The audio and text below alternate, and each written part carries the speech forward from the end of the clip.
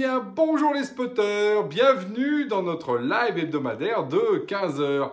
Et ça y est, je crois qu'on peut le dire, notre président Emmanuel Macron a basculé dans le camp des souverainistes. En tout cas pour ce qui concerne le numérique et en ce qui concerne la com. Parce que là, donc qu'est-ce que je vois sur le site de l'Élysée, qui est relayé de manière très très forte, une interview avec donc Niklas Zennström. Je ne sais pas si vous connaissez Niklas Zennström. Gloire à lui, c'est lui qui était le fondateur de Skype, qui a été donc revendu à Microsoft, une des plus belles réussites effectivement européennes de ces 15 dernières années, et qui a lancé depuis un fonds qui s'appelle Atomico, qui permet justement en fait de faire grandir aussi d'autres scale-up, des boîtes qui veulent faire grandir. Et donc il l'interviewe en commençant par ces mots: Monsieur le Président, comme je sais que la souveraineté numérique est un sujet cher à vos yeux. Ah, ça y est, donc Emmanuel Macron, parce qu'évidemment il était complice de l'interview, est d'accord pour dire que la souveraineté numérique est quand même assez essentielle. Et d'ailleurs, il a le sens de la formule, moi je trouve toujours aussi bon là-dessus, franchement. Il dit voilà, les Américains ont les GAFA, les Chinois ont les BATX, et nous, on a le RGPD, on n'a qu'un règlement. Donc c'est hyper intéressant et je vais aller décortiquer ça. Mais en même temps, moi aussi, je peux être macroniste quand je m'y mets, hein, vous avez vu, je peux. En même temps, je suis en plein dans le livre d'Arnaud Montebourg. Vous savez, Arnaud Montebourg, celui qui était ministre justement du temps de l'investissement productif, du redressement productif même, du temps de Hollande, et qui s'est battu comme un chien sur ces questions de souveraineté. Et bon, hein, vous connaissez ce qui s'est passé. Franchement, le bouquin, je suis en plein milieu. Donc, je ne peux pas l'analyser en tant que livre, mais à la moitié, je suis déjà sidéré. Il est vraiment, vraiment, vraiment intéressant, ce livre. Et justement, il montre les coulisses, comme par exemple les discussions à l'époque avec, évidemment, le président, mais aussi avec le secrétaire de l'Élysée, qui était un certain Emmanuel Macron, et qui est devenu après ministre, où en fait on voit bien qu'à l'époque, en gros, toutes ces questions de souveraineté, lui en grand libéral, il a tout mis à la poubelle, ce que justement Montebourg avait essayé de mettre sur la table, alors peut-être maladroitement, peut-être pas comme il fallait, mais en tout cas, il y avait vraiment une divergence. Ah ah, qu'est-ce qui s'est passé? Bah oui, le Covid est passé par là. Et oui, le Covid est passé par là. Et tout ce que disaient les gens qui sont comme moi sur la question de la souveraineté numérique, non pas encore une fois une question de nationalisme, mais dans une question justement de pensée au-delà du monopole dans lequel on est, de la domination dans laquelle on est, en particulier avec les Américains et demain les Chinois, avoir une pensée industrielle, ce qui est le minimum d'une politique, ou sinon il ne sert à rien de faire de politique. Et ben oui, ça y est maintenant, ça devient à la tête de l'agenda. Donc, bonne nouvelle, le président lui-même considère que c'est à l'agenda, il en fait la pub, il fait des petites vidéos là-dessus. Très bien, moi je suis ravi. Et je suis content qu'il vienne. Mais est-ce que vraiment dans le fond, d'abord, il est convaincu, bon, ça on le verra, parce que la politique c'est souvent de la com, mais surtout, quels sont les éléments qu'il met en face de ces mots-là? Parce que vous savez que les mots, ils peuvent avoir justement, on peut un peu les prendre pour les transformer. Alors pour lui, la souveraineté, il définit plusieurs choses. D'abord, un fonds commun, un fonds de sauce, qui est d'abord ça va se passer au niveau européen. Là-dessus, je suis entièrement d'accord, et je pense qu'il a entièrement raison, c'est au niveau européen qu'il faut se battre. Ça n'empêche que c'est les nations qui peuvent avancer, parce que l'Europe, c'est quand même une Europe des nations. Donc il faut aussi articuler les deux. Très bien, là-dessus, très, très, très bon point de départ. Et ensuite, il dit qu'il y a 3 parties.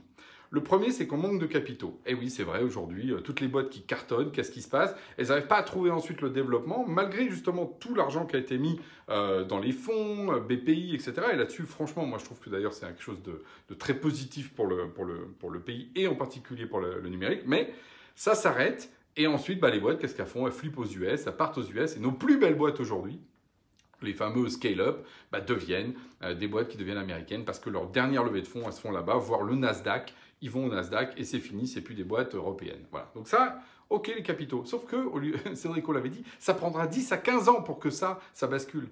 On fait quoi pendant ce temps-là? Ok, on y reviendra à ça. Deuxième point, il dit, il faut une règle commune aux 27. Eh oui, parce qu'aujourd'hui, et je sais que j'ai eu un échange par exemple là sur LinkedIn avec Bertrand Dupérin, que je salue d'ailleurs sur ce sujet, qui dit bah oui, les US tout de suite les mecs ils pensent global. Bah non, ils sont global, pas qu'ils pensent global, nous il se trouve qu'on a 27 législations, une dizaine de langues, 10, 12, 15 selon la police, selon si vous prenez les langues régionales ou pas. Comment vous faites? C'est compliqué. Alors donc chacun, les Allemands de leur côté, nous les Français de l'autre, on fabrique dans notre marché intérieur un peu d'existence. Et c'est sûr que la régulation pour le numérique, pour les 27, parce que comme le dit d'ailleurs très bien dans l'interview du président, Il rappelle que, par exemple, sur le retail, tout ce qui est vente, y compris en ligne, chaque pays, selon les types de produits, a une législation différente. Donc c'est épuisant. Là où les Américains, ils ont un marché de tout de suite 300 millions et les Chinois de plus d'1 milliard. Donc ça, effectivement, là-dessus, il y a vraiment un point, régulation. Très bien, règle des 27. Et puis, il rappelle le RGPD, en rajoutant un truc un peu plus offensif, en disant, bah oui, hop, là j'ai ma petite caméra qui baisse, on est fatigué. Bah c'est normal, hein, on est tous fatigués un peu dans le Covid, et même ma caméra est fatiguée dans le Covid. Ça va aller, ma petite caméra, ça va aller. Donc, faut pas fatiguer ma caméra, hein. Je vais peut-être parler plus doucement. Donc, le RGPD, et oui, parce que le cloud, qu'est-ce qui se passe aujourd'hui? Nos clouds, nos données, il en parle d'ailleurs longuement dans son interview, eh ben, elles sont dans des clouds qui ne nous appartiennent pas, dans une juridiction qui est extraterritoriale, et donc évidemment, on a un problème à travers ça. On a un problème monétaire, parce que l'argent part là-bas, on a un problème économique, parce que du coup, ça ne crée pas d'écosystème, et on a un problème de dépendance, voire de régulation. Donc effectivement, voilà. Après, il ne dit pas comment. Il dit juste, il faut réguler, etc. Donc c'est là où on voit... Et ben voilà, tout ça, c'est formidable, mais il manque vraiment pour moi d'enclencher la seconde. En fait, on retrouve le Macron libéral tel qu'il est. Voilà, lui il dit, vous mettez les capitaux, vous dérégulez, ou vous régulez justement, enfin, vous dérégulez les petits pays pour en faire qu'un seul grand, et ça va être le bonheur. Oui, vraiment, c'est comme ça que ça s'est passé la mondialisation. On a enlevé tout ça et c'était le bonheur. Comment ils font les Américains? Ah ouais, les Américains, ils sont protectionnistes. Ça veut dire quoi? Ça veut dire qu'aujourd'hui, chacun des États se bat pour justement garder ses industries, ses emplois, et donc favorise justement son économie. Et donc, quelque part, il y a aussi une logique de justement plutôt d'essayer de garder les écosystèmes locaux. Par exemple, l'achat. Eh oui, l'achat public. Ah, il n'en parle pas là. Le public, il peut continuer à acheter tranquillement le cloud américain en attendant une régulation européenne dans 10 ans. Que les capitaux, qu'on ait le Nasdaq en Europe dans 10 ans, bah non, il y a un truc à faire tout de suite, qui est possible. C'est tout simplement de faire que tous les achats publics européens, mais français, parce qu'il a les clés du camion français, donc qu'il s'en occupe, fassent quoi? Hop, là j'ai ma caméra qui se retombe, vous voyez, aujourd'hui c'est caméra fatiguée. Qui du coup fasse que tout simplement on ait des achats locaux. Voilà ce qu'il peut faire. Les achats, ça c'est la politique première qui se passe par exemple aux États-Unis. Les achats, que ce soit au niveau fédéral ou au niveau des États, sont centrés sur les acteurs locaux. Et comme par hasard, la Californie est un État très riche qui a des GAFAM très riches. Et on se dit pas c'est la poule ou l'œuf. Le problème, c'est qu'en mettant que des poules ou que des œufs, notre ami Macron, il oublie un point assez essentiel. C'est qu'il va mettre de l'argent pour des boîtes qui vont partir aux US. Parce qu'aujourd'hui, c'est encore là-bas qu'il y a les exits, c'est encore là-bas qu'il y a les achats, c'est encore là-bas qu'il y a le marché. Donc vraiment, le point clé qu'il faut réinverser, ce sont les achats, monsieur Macron. En plus, vous l'avez dans vos mains, parce qu'aujourd'hui, c'est le budget de l'État. Le budget de l'État, le budget des collectivités territoriales, bougez des lois et des réglementations autour de ces questions-là. Faites en sorte qu'il y ait un upside, par exemple, que quand je ne sais pas moi, une collectivité achète sur un produit local, elle va avoir un supplément de budget. Comme par hasard, vous allez voir tout d'un coup, au lieu de dire « Ah non, mais vraiment Amazon c'est super, Google c'est super », ils vont trouver que les clouds français qui sont extraordinaires, les AOVH, les Outscale, les Scaleway, pour citer que les trois plus importants, tout d'un coup vont trouver très attractifs. Donc vous voyez, c'est comme ça aussi par l'économie. Vous qui êtes un libéral, attaquez-vous à la question du prix et pas seulement à la question d'attendre demain qu'on ait un Nasdaq équivalent Europe. Donc ce pilier zéro, il est fondamental. Nous, c'est ce qu'on s'est battu sur Play France depuis mars dernier. On a réussi à un peu empêcher déjà que Palantir s'empare des données de la PHP.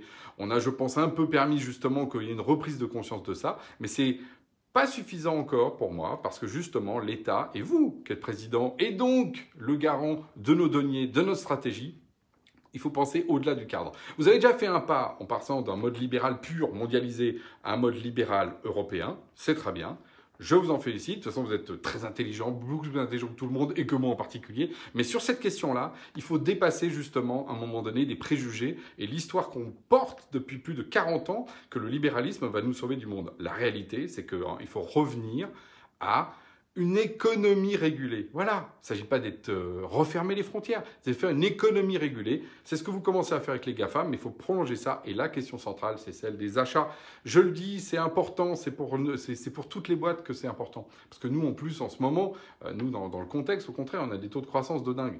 Là, je me bats pour le numérique en général. C'est ça aussi qu'il faut entendre, c'est que c'est pour le numérique. Et ce qui est intéressant aussi, message à Montebourg, que j'espère j'aurai l'occasion de croiser un de ces jours, c'est que lui, il pensait que l'industrie, ce que j'appelle old school. Voilà, quand on regarde son histoire, elle vient de les usines, les gens dans les usines. Ouais, mais aujourd'hui, les usines, c'est le cloud, et c'est autre chose, c'est numérique, c'est justement. Donc, tout le monde doit faire un pas en avant. Montebourg, Macron, voilà, les M&M's, faites un pas en avant pour la souveraineté numérique. Si vous pouviez, au lieu de vous, un peu vous, parce qu'on sent qu'ils ne s'aiment pas beaucoup les deux, justement, coaliser quelque chose qui vous dépasse, alors là, je pense qu'on aurait fait un grand pas pour la France. Voilà, c'est mon message de la semaine. Merci, Monsieur Macron, pour cette interview. Et je vous dis à la semaine prochaine pour ce qui sera mon dernier live, parce qu'après, je prendrai la fameuse pause de Noël. On aura bien tous mérité ça. Et ma caméra aussi, parce que comme vous avez vu, elle commence un peu à fatiguer. Sur ce, je vous dis à la semaine prochaine.